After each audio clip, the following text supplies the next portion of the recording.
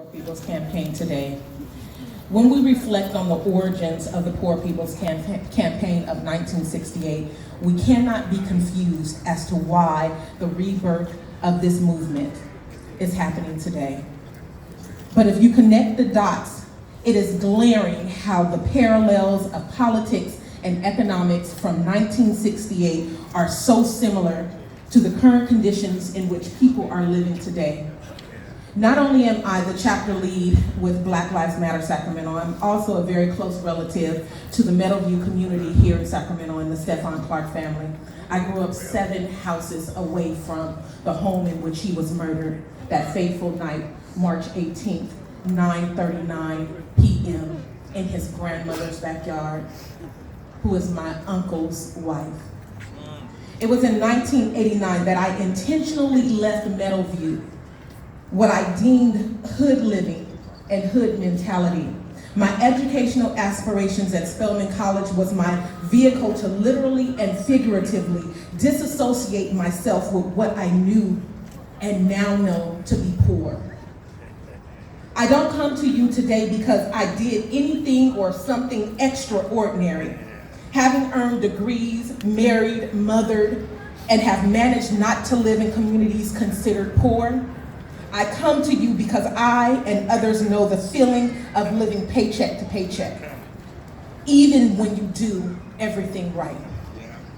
We know that educational disenfranchisement in America has left people, particularly Black people, in a state of generational poverty.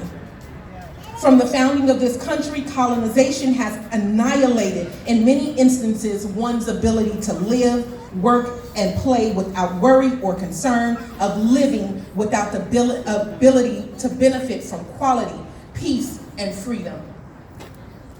This problem is not just about being relegated to a status of poverty, but it is also a cycle of mental enslavement that affects every aspect of our lives, from employment, to housing, to healthcare, to education, to criminal justice, to intercommunal violence.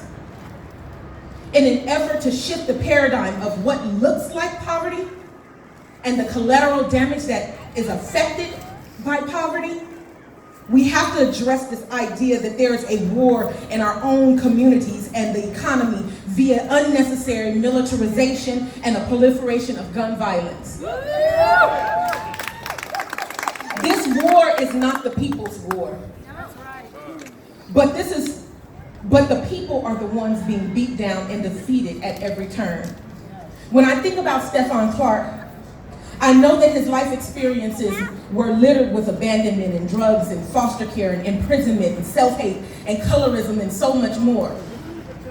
Stephon, like so many of us, could not see past the disappointment, thus accepted what is reality to being poor and Black in America.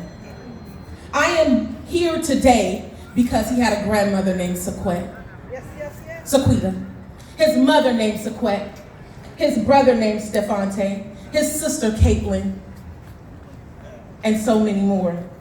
I am here today because this does not have to be. This mission of the Poor People's Campaign is fundamentally based in changing said paradigm. All of us united can be the change we seek in demanding equity, not equality for all.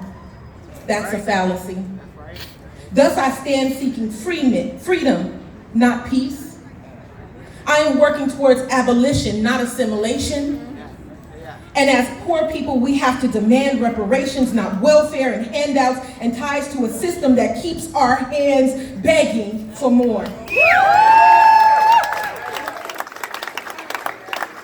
Because the reality, people like me, ancestors that I stand on their shoulders, it was on the backs of Black people so that everyone else can live.